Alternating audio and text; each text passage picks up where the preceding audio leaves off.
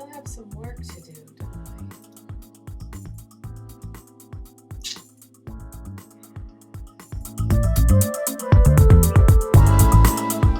Hey, and welcome to Sexy Astrology for the month of December 2015. Yeah, the month of healing and slow, disciplined, and thoughtful energy, as well as the month of the abusive mother. If I hadn't been raised by so and so, I would not be willing to stick my neck out so far.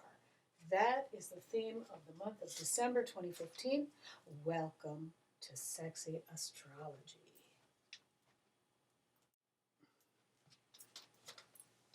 Okay, yes, so welcome to the month of December 2015 for Sexy Astrology, the month of health and healing, slow, disciplined, and thoughtful energy. Yes, most notably, Saturn has returned to the uncomfortable sign of Sagittarius early in the fall.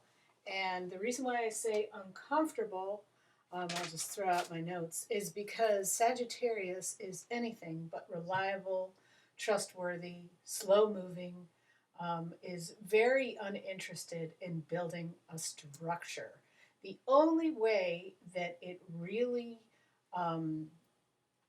without feeling hamstrung, that is, the only way that Saturn really enjoys being in Sagittarius if there is a configuration with Capricorn, and which there is right now. Pluto in Capricorn might actually assist Saturn being in Sagittarius, because Saturn in Sagittarius likes to move real fast, likes to not finish taking all of their notes, likes to mix it up in a vortex of I don't want to say insanity, but like in a Cuisinart of mixing things like too rapidly.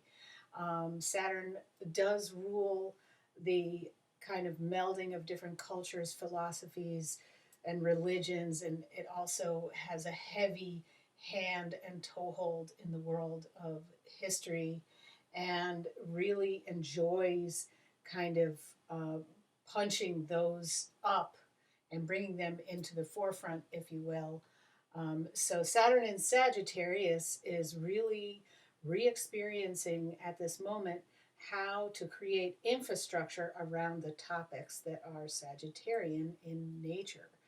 And so with that, here now, your horoscope.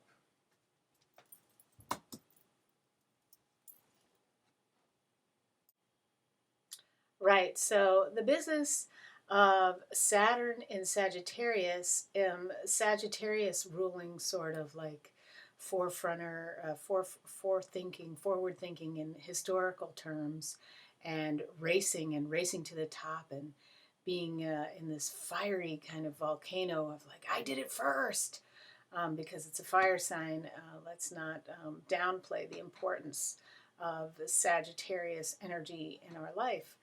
The business of Saturn creating structure and infrastructure in the world is where there is a lot of fight, fight to the top. And so to speak, that's where Saturn is at cross purposes in the sign Sagittarius, a little bit like when Pluto was in Sagittarius. However, Pluto in Sagittarius created all these explosions all over the place in an undisciplined fashion, which actually generated a lot of money, because Sagittarius also rules generosity.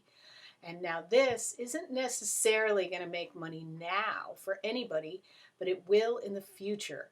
In other words, if you have a forward-thinking idea that you need to bring out in order to create better infrastructure around historical stuff or cultural stuff, or, for example, the business of how to fight racism in America, how to get all those broke-ass artists to make some money, me, and, things like that. If you're out there creating ideas for those kinds of things, for the betterment of the world, Saturn in Sagittarius will help you focus immeasurably, especially if you have any planets in earth signs coupled along with Pluto in Capricorn.